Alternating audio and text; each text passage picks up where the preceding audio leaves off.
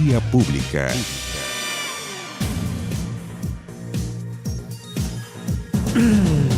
¿Cómo están ustedes? Muy buenas noches, bienvenidos a esta Vía Pública. No es la primera vez que el presidente de los Estados Unidos protagoniza la portada de la revista The New Yorker. Esta vez es representado como el terror de Halloween.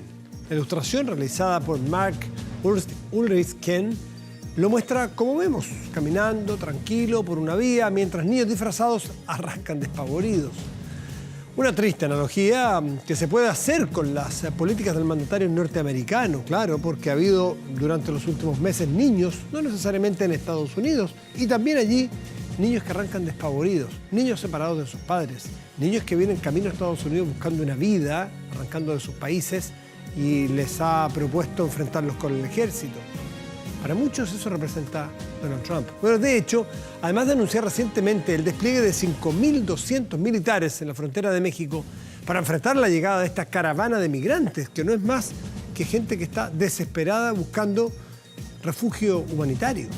Bueno, y de asegurar Trump que este éxodo desde Centroamérica era una amenaza para los Estados Unidos, afirmó en una entrevista que firmará un decreto presidencial que revocaría, escuche bien, le quitaría el derecho a la ciudadanía a niños nacidos en territorio norteamericano, pero hijos de inmigrantes ilegales. La orden ejecutiva eliminará el derecho automático a la ciudadanía para hijos de no ciudadanos, incluyendo a residentes legales e indocumentados que nazcan en Estados Unidos. Sería la medida más dura tomada por Trump en el marco de su campaña contra la inmigración. ¿Será que estamos cerca de unas elecciones? Sí, estamos cerca de las elecciones de medio término. ¿Será que él siente que eso cierra filas o que hay un electorado duro que con él cierra filas si hace estas medidas más duras contra la inmigración? Algo de eso parece ser que existe. La política a veces tiene incentivos perversos. Con este tipo de escalofriantes iniciativas, seguramente seguirá ganándose este tipo de portadas de terror. Pero también es probable que con eso le vaya bien y consiga los resultados que espera en las elecciones de medio término que vienen ahora, a principios de noviembre. Las cuestionadas preexistencias. Tantas veces hemos escuchado las preexistencias si hablamos de salud, ¿no? Que impedían el acceso a ciertos planes de ISAPRES, bueno, llegarían a su fin, así lo adelantó hoy el presidente Piñera al referirse al proyecto de ley que modernizará los servicios de previsión de salud y que será dado a conocer en las próximas semanas. Conversaremos sobre este anuncio con el presidente del Departamento de Políticas de Salud y Estudios del Colegio Médico, Roberto Stay. Esta noche estará con nosotros aquí en la mesa de conversación de la Vía Pública. Y cerca de 40 encapuchados protagonizaron nuevamente incidentes y una violenta manifestación a las afueras del INBA, el Internado Nacional Barros Arana, en Santiago, arrojando bombas incendiarias contra la fachada del establecimiento. Una de estas, molotov, cayó dentro de la oficina del rector del establecimiento, cuando los límites ya están absolutamente borrados, no difusos, borrados. Hay alguien que se le ocurre que puede tirar una bomba molotov. Pero no solo eso, dentro de la máxima autoridad del colegio, respeto a la autoridad, nulo. La ministra de Educación declaró que este nuevo incidente era una tragedia. Vamos a nuestra pantalla. Y aquí está la pregunta. ¿Te has sentido alguna vez discriminado en una ISAPRE por precios, planes o preexistencias? ¿Sí o no? Ahí está la pregunta planteada. En nuestro fanpage de 24 horas puedes responder. Pausa. Volvemos a la mesa de conversación con nuestro invitado, el tema de las ISAPRES. Esto es Vía Pública.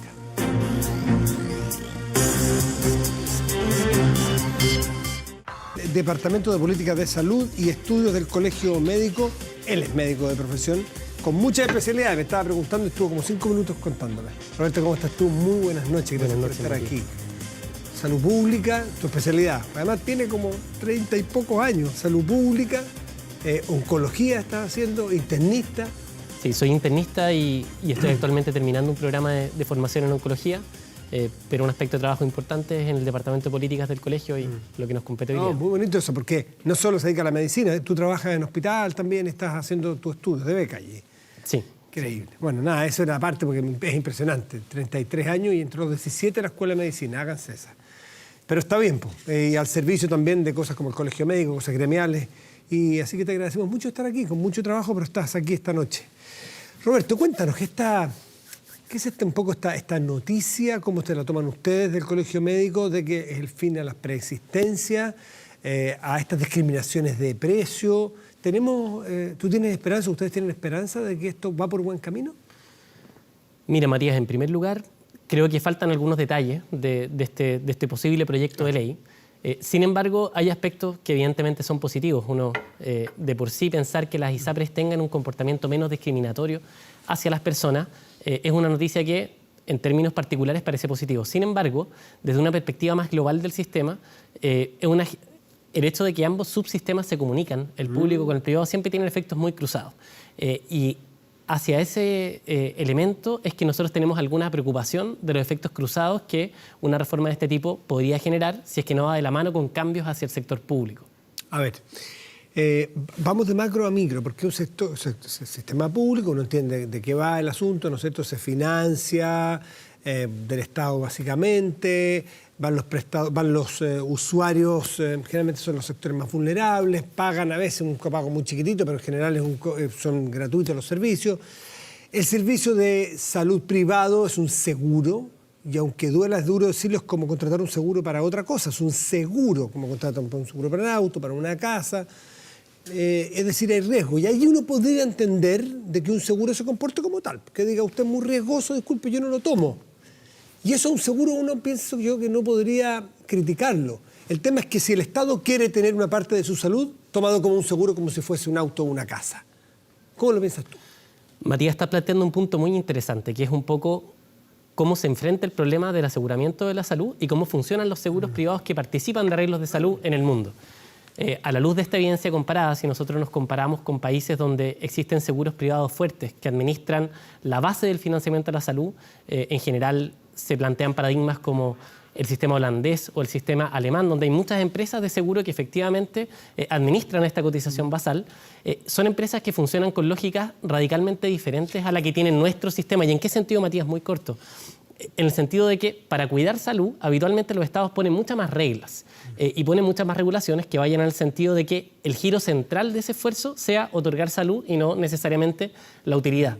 Y en este sentido el caso chileno tiene ciertas particularidades que sin duda tenemos que regular y ojalá que esto vaya en el sentido de ponerlas en su lugar. Yo te lo pregunto bien desde afuera, porque de verdad somos ciudadanos que nos cuesta entender el tema de salud, cómo se administran hospitales, la salud pública, los sistemas de seguro. Pero insisto, el tema público, el tema privado. Si fuese, vamos a ser bien como cínicos, si fuese un seguro, como quien toma un seguro, insisto, para el auto, yo creo que no es responsabilidad necesariamente de esa empresa, que es un seguro, pues es un negocio. El tema es la sociedad, cuánta responsabilidad le asigna y deja que ese seguro o no le pone cotos. Usted puede operar en salud, que fue un fallo de la Corte Suprema hace poco. Puede operar en salud, pero no lo puede hacer como si fuese una mercancía. En la salud es distinto. Y otra cosa que quiero que nos expliques, ¿es la salud privada una salud que financia solamente con aportes privados o también se beneficia de aportes de públicos? Porque ahí entonces uno podría exigirle cosas distintas a las empresas. Matías, para la primera parte de la pregunta, es importante explicar que en general cuando existe un estado de necesidad como la salud, se requiere que aquellos individuos que en un momento están en condiciones de otorgar dinero al sistema, de financiar, precisamente contribuyan en global y en forma ojalá lo más colectiva posible y solidaria, para que en el momento que por ejemplo, tú o yo podamos salir de este canal y tener algún accidente y no estemos en condiciones de cotizar, ese aporte que alguna vez nosotros hicimos y el resto de la sociedad hizo, precisamente se gaste en salud. ¿Cuál es el problema de cómo funcionan las ISAPRES hoy? Son seguros individuales de corto plazo, donde, por ejemplo, si yo en mis mejores años de trabajo puedo acumular porque tengo un buen sueldo, estoy otorgando recursos que supuestamente están destinados en algún momento a financiar mis problemas de salud. Sin embargo, lo que ocurre es que las ISAPRES en algún momento logran precisamente seleccionar a las personas con mayor capacidad de pago y poco riesgo de enfermar, y cuando yo esté viejo y tenga menores capacidades de pagar ese seguro, voy a migrar al FONASA. ¿Y qué pasó con todo ese dinero que yo acumulé por 30 o 40 años, ese dinero no se invierte en salud. Ese dinero queda en lo que la empresa decide hacer. Y esto, como tú muy bien dices, creo, no tiene que ver con que las ISAPRES sean buenas o malas. Ellos quieren rentar, quieren más utilidades. El problema es que el Estado no ha sabido regularlos de buena forma. Y ahí viene la pregunta. Ahora, ¿estamos logrando con esto regular de buena forma las ISAPRES? A nosotros nos parece, desde el Colegio Médico, que este límite al uso de las preexistencias para que las personas se cambien de una ISAPRE a otra puede ser positivo, pero me permite elegir entre ISAPRES, pero probablemente no va a generar un gran cambio en la lógica de cómo hoy estos seguros destinan los recursos, cómo pagan, tienen un sistema de pago por prestaciones que genera un sobreuso. De hecho, ha aumentado el uso desde el 90 hasta hoy, como dice la Asociación de ISAPRES, desde 9 prestaciones por beneficiario a 25. Es un sistema que fomenta el sobreuso, que no tiene atención primaria, que no regula, que en general es bastante poco costo efectivo. Y cuando los sistemas de salud intentan ser más costo efectivos, en escenarios como el chileno, donde la población está viviendo más y tiene más enfermedades, requiere de arreglos que sean bastante distintos a lo que hoy se está proponiendo. Por lo tanto, ¿esto puede ayudar? Nosotros creemos que sí, podría ir en la línea correcta. Pero hay un tema de efectos cruzados que también, si tenemos el tiempo, vamos me al encantaría efecto contar. cruzado porque me interesa mucho cómo se cruza, porque hablar de público y privado como si fuesen dos países no es real, y quiero que me cuentes cómo es esa relación, cuánto el sector privado le debe o usa también el sector público para apoyarse. Entonces ahí uno pudiera decirle, momentito, usted no puede actuar como quien hace seguros de autos para choques. Aquí usted usa al Estado. Quiero que me lo expliques.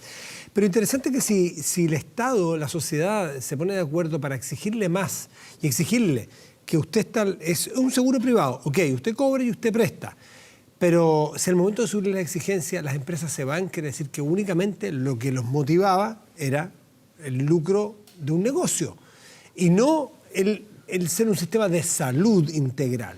¿No es así? O sea, es bueno subirle aquí un poco las exigencias. Pero cuéntame tú, ¿cómo es este sistema cruzado que me interesa entenderlo? El tema de los efectos cruzados va por el lado de que el país es limitado en cuanto a sus recursos humanos y a los recursos financieros que van a salud. La salud se financia con aportes de las personas en las cotizaciones, con tu gasto de bolsillo, que es lo que pagamos por sobre aquello, y con impuestos generales y ganancias del Estado a través de su empresa, que son los aportes que el Estado hace, ¿no? Tenemos esas 3 fuentes de financiamiento. Pero el Estado hace al sector público principalmente, sin duda. Esos recursos son limitados y hay un aporte muy importante que es el de los cotizantes. En el FONASA, quienes tienen la posibilidad de pagar son menos de la mitad de quienes están en FONASA porque hay menores de edad, se entiende, ¿no? Hay gente sin recursos, definitivamente. Sin duda. Y si nosotros generamos una pequeña regulación que mejore ciertas capacidades del sector privado, evidentemente lo que puede ocurrir es una migración de algunas de las personas que hoy día cotizan en FONASA. ¿Y qué pasa en el sector público? Estamos concentrando... Que cotizan en ISAPRES, ¿o no? Perdón, que hoy están cotizando en el FONASA, que son la minoría del FINASA que puede cotizar, un porcentaje de ellos puede ir al sector privado hoy día, si es que las normas en las ISAPRES permiten que individuos más riesgosos entren allá, y eso genera un traspaso de recursos que, aunque no sea consciente, hay individuos que se llevan una torta de recursos muy grande, estimaciones que hace el Instituto de Salud Pública de la Universidad Andrés Bello. Ellos consideran que pueden ser hasta 150.000 millones de pesos al año los que deje de percibir FONASA en caso de que eso ocurra. Por lo tanto... Pero son recursos de ellos, no del Estado. Absolutamente. O sea, que pierda clientela, entre comillas, y a la clientela que está financiando el sistema de FONASA se vayan al sector privado. Pero ahí es donde viene, yo creo, el tema que a veces es difícil de explicar, pero creo que es perentorio en esta discusión. Esos individuos, o muchos de ellos, en algún momento van a dejar de tener la capacidad de pago que las ISAPRES le exige. Y van a estar aportando esa cantidad de dinero, que en términos individuales puede ser no tanto, pero en términos globales es una burrada de dinero. Mucho. Y que finalmente, cuando ellos tengan que migrar al FONASA, que es algo que ocurre y que esto probablemente no va a cambiar de gran forma, porque esto no va a lograr darle a los jubilados el dinero suficiente para pagar una prima de ISAPRE, esas personas cuando vuelvan al sistema de FONASA y enfermen y requieran esos recursos, son individuos que son, no sé, si tú tomas el ejemplo de los infartos, pasamos de tener 4 a 6 por 100.000 infartos por persona en menos de 45 años a tener 800 en los mayores de 75, que es cuando la mayor cantidad de las personas vuelve al FONASA. Por lo tanto, en definitiva, todo ese dinero finalmente sí se intercomunica y si nosotros queremos que se use en salud, necesitamos tener un sistema que le haga una regulación suficiente para que estas entidades particulares lo administren de una manera mucho más solidaria, mucho más de largo plazo y no de corto plazo, con enfoque individual y centrado en sus utilidades como ocurre hoy día. Si las ISAPRES se comportan como todos tenemos, o muchos tenemos la sensación de que se comportan, es decir, muchas veces operando con muy poca lógica comprensiva del ser humano, por lo que pasa con las mujeres y los hombres nomás, con eso bastan, si no hace falta pensar en enfermos o sanos, sencillamente hombres y mujeres y los costos que pagan unos y otros por ser mujeres y hombres. uno pudiera pensar por qué la mayoría de la población entonces no emigra del sistema privado y lo deja, porque es injusto, porque discrimina, porque me da susto que me eche por una preexistencia. ¿Y por qué no ha emigrado gente al sistema público y el sistema público se ha hecho más robusto? ¿Cómo te lo explicas tú? Creo, Matías, que hay bastantes elementos que nos permiten al menos problematizar. Ahí nadie tiene una respuesta definitiva, pero elementos que es importante mencionar. Uno, tenemos un sistema público absolutamente subfinanciado. Un estudio muy interesante que hace el Departamento de Salud Pública de la Universidad Católica en el año 2014, encargado por el gobierno primero de Sebastián Piñera, fue publicado en 2014 este estudio, mostraba que los grandes hospitales en Chile, si no me equivoco, eran 14 hospitales, tenían un 40% de gastos que realizaba el hospital para otorgar atenciones de salud que no estaban cubiertos por el pago del FONASA. O sea, nuestro sistema de pago FONASA, que tiene muy pocas herramientas, que a veces carece de cierta inteligencia sanitaria, eso podría mejorar, pero lamentablemente no hemos llegado a ese punto, le paga siempre un poco menos al hospital. Los hospitales públicos hoy día, y el sector público en general, hospitales consultorios, concentran al 85% de la población y a la población con más riesgo de enfermar, que son los mayores de 60 a 75 años, donde el riesgo de enfermar se multiplica por 7, por 9, es muy alto y eso es transversalmente conocido. Entonces, estamos en hospitales subfinanciados que concentran a la población con más riesgo de enfermar.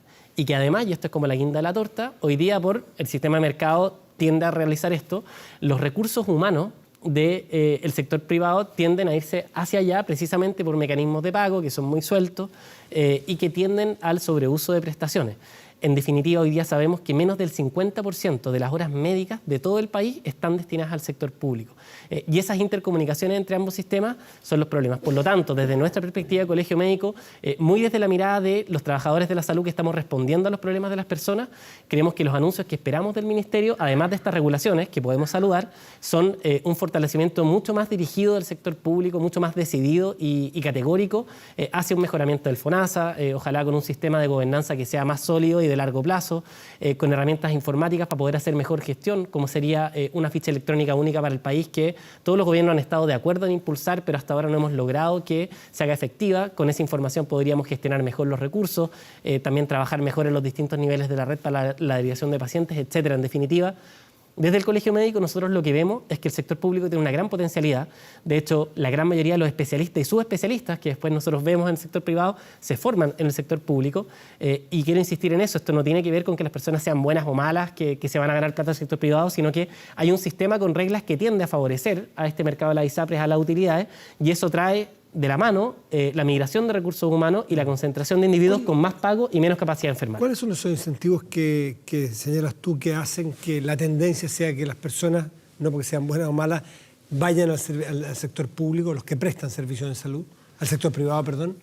O sea, creo que una comparación simple. Si tú estás en un hospital donde atiendes mucha gente, donde hay un colapso casi permanente, donde no hay tecnología, donde cuestan los exámenes, es como un luchar contra la corriente casi permanente de algunos recursos humanos y por otra parte con un pago que muchas veces es bastante menor también en comparación. Por lo tanto, nosotros creemos que los pagos y estas medidas de corto plazo muchas veces no van a ser la solución, pero sí un fortalecimiento del sector público que le haga un espacio de desarrollo, que haga que el trabajo en él sea lo más adecuado posible, que podamos responder mejor a los pacientes. Hay cosas muy básicas, Matías, por ejemplo, en el Hospital Salvador, que es donde yo me formé, hay un escáner para un hospital que tiene una población beneficiaria de más de 1 millón de personas. En 10 clínicas que tenemos alrededor hay entre 1 y 3 escáneres para una población que es de una magnitud considerablemente menor. Por lo tanto, hay un problema que sin duda hace que la solución sea de largo plazo y vaya más a fortalecer el sector público que a pequeños cambios. En estos pequeños cambios, lamentablemente, no van a generar un gran cambio en la salud del país, aunque vayan en dirección correcta en algún sentido. Roberto, la experiencia tuya te indica que los mejores sistemas de salud, y por mejor sistema de salud me refiero a 2 factores. El primero, que atiendan bien las enfermedades, pero el segundo también, que sean sustentables en el tiempo, ¿no es cierto? O sea, que se puedan mantener y que puedan ser bien gestionados. Las mejores experiencias que tú tienes en la cabeza, comparativas en el mundo, tiene que ver con un sistema fuerte en lo público y donde algunas personas para cosas complementarias o puntuales puedan tomar seguros privados. Por lo que uno lee, eso parece ser un modelo a seguir. ¿Es tan así? Mira, hay hay muchas alternativas que tienen buenos resultados, pero sin duda, y acá quiero mencionar un estudio que se hizo el año 2017, publicado por el Commonwealth Fund, donde se comparan probablemente los sistemas de salud con mejores resultados con Estados Unidos. De hecho, tiene un título divertido, es como espejito, espejito, mirror, mirror, comparar distintos sistemas con Estados Unidos. Creo que es uno de los rankings, si no el mejor, probablemente el más acabado y más fino en cuanto a tener indicadores de costo-efectividad, de resultados en salud, etcétera. Bastantes variables, muy completo en su evaluación. También hay variables económicas de sustentabilidad. Sin duda, sobre todo costo-efectividad, siendo muy importante la costo-efectividad. Y en ese estudio, los países que fueron mejores rankeados, el número 1 y el número 2, fueron Inglaterra y Australia.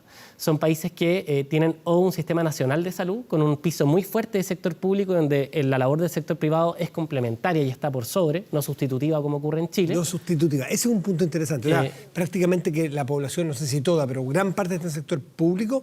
Y si tú quieres prestaciones particulares en el sector privado, puedes tomarlas de manera complementaria. No es que yo elijo una u otra. Sí, y también los sistemas son un poquito más flexibles porque está el caso de Australia, que tiene un seguro único, en el cual tenemos una entidad pública muy fuerte que compra salud a distintos proveedores, con reglas muy claras, y es muy intensa la negociación para evitar que hayan abusos y para generar beneficios en las personas y no necesariamente en las utilidades de las empresas, como ocurre en las ISAPRES en Chile. Pero son sistemas que tienen flexibilidad, que pueden interactuar con actores privados en muchas circunstancias, dependiendo de la carestía que tenga el sector público, de situaciones puntuales donde haya problemas para responder. Pero sin duda, creo que para el caso de Chile, que es un país pequeño, con 15 millones de habitantes, 18 casi ya, con 15 millones, me referí un poco a la población que va a FONASA, pero donde la costo-efectividad debe ser muy relevante, porque tenemos una población con gran posibilidades de enfermarse, nos están llenando los hospitales, tenemos que ser costo-efectivos para un enfoque que sea más sanitario, más basado en las personas y con mejores resultados.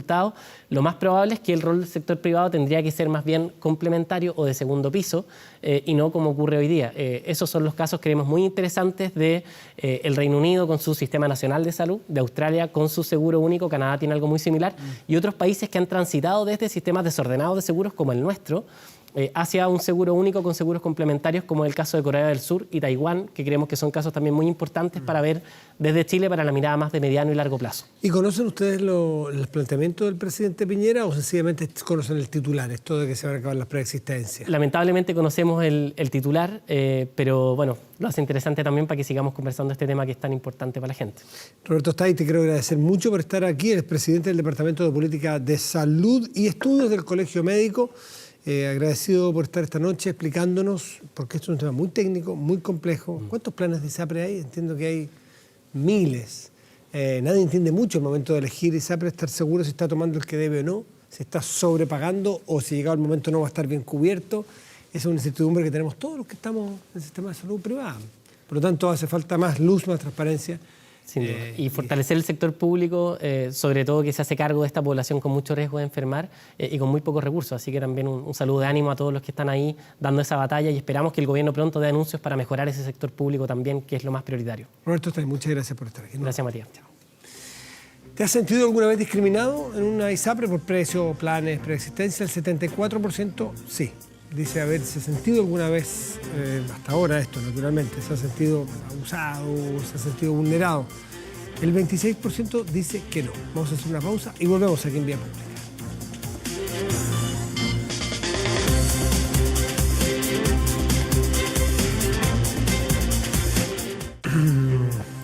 Nuevamente se registraron serios incidentes en el Internado Nacional Barros Arana. Esta vez encapuchados lanzaron bombas molotov directo hacia la oficina del rector de ese establecimiento. Tomamos el extintor y pudimos apagar el fuego. Aquí podrían haber matado al rector. Demos gracias a Dios que no estaba él. 40 encapuchados en el exterior del INBA, bombas incendiarias en mano, hicieron nuevamente de las suyas. Desde calle Santo Domingo y los patios interiores del internado, su blanco en esta ocasión fue el edificio. Lanzaron dos artefactos del tipo Molotov por el ventanal, ¿no es cierto?, de la oficina del director del establecimiento, donde uno se activó solamente quemando un sitial de una silla que hay en el lugar y el otro no tiene activación. Oficina de la máxima autoridad del colegio absolutamente vulnerada. Afortunadamente el rector Uribe no estaba al interior. Lo acontecido es grave. Obviamente que al establecimiento nos complica en su totalidad. Preocupación del rector, quien asegura que detrás de hechos como estos, reiterados en las últimas semanas, suele hacerse parte de un grupo minoritario en relación a los 1.400 alumnos que conforman el INBA. Esta vez no existe seguridad de que hayan participado estudiantes del colegio, ya que pese a la llegada de fuerzas especiales, no hubo un solo detenido. Con lo ocurrido, el gobierno volvió a reiterar la necesidad de aprobar el proyecto Aula Segura. Lo único que queremos es proteger el derecho a la educación de todos los estudiantes y proteger también el derecho de los profesores a trabajar en paz, con seguridad, y de los apoderados a mandar a sus hijos con tranquilidad. Por favor, no tengamos que lamentar una muerte por no haber tenido la valentía, el coraje de aprobar algo que es la única forma en que paremos esto. La UCAR ya trabaja en periciar la múltiple evidencia encontrada en los alrededores del INBA, entre ellas un lienzo, por lo pronto ilegible, pero en el que no se descarta hayan existido amenazas directas hacia el rector del establecimiento. Inmediato revisamos el resultado de hasta ahora de la pregunta que les planteamos, pues. Si ¿te has sentido alguna vez discriminado en ISAPRE por precios, planes o preexistencia? 73% dice que sí, el 27% restante dice que no. Vamos al tiempo. .cl, primero vamos a las noticias, a este portal. Y caso Caradima admiten a trámite querella criminal presentada en contra del cardenal Errázuriz. Esto sucedió después de la carta que se dio a conocer, ¿recuerda usted? Bueno, se admite a trámite. El resto de las noticias las puede ver en nuestro portal, un montón de otras noticias, videos, así que quedará súper informado. Ahora sí el tiempo. En este momento en Santiago hay 15,3 grados y para mañana, esto es la región metropolitana, y para mañana se espera 26 la máxima, parcial, y para el jueves 21 la máxima, nublado. Vamos a otras regiones del país. Valdivia, región de los ríos, nublado, máxima 16. Mañana, Juan Fernández, región de Valparaíso, nublado, máxima 16 grados. Eso lo ocurrirá en el... Y escuchamos de fondo Happy, de Pharrell Williams. Fíjense que esta canción ha desatado la polémica en los Estados Unidos, luego de que el artista anunciara que planea denunciar a Donald Trump, sí, al presidente de ese país, de los Estados Unidos, por usar su canción en un evento este fin de semana en Indiana, justo después del tiroteo en una sinagoga que dejó a 11 personas fallecidas. El abogado del cantante envió una carta en la que expresaba el malestar de Williams. Comillas, el día del asesinato de 11 personas a manos de un nacionalista loco, utilizaste su canción Happy en un evento político en Indiana. No hubo nada feliz, Happy, nada feliz sobre la tragedia infligida a nuestro país y no se concedió ningún permiso para el uso de esta canción con este propósito. Así escribió el abogado. Bueno, exageración del cantante, pueden decir algunos, una forma de, al igual que otros artistas, marcar distancia con el gobierno, como fuere. Allí está planteada entonces en la queja. Las opiniones son divididas al respecto. Con Happy, de Pharrell Williams, despedimos.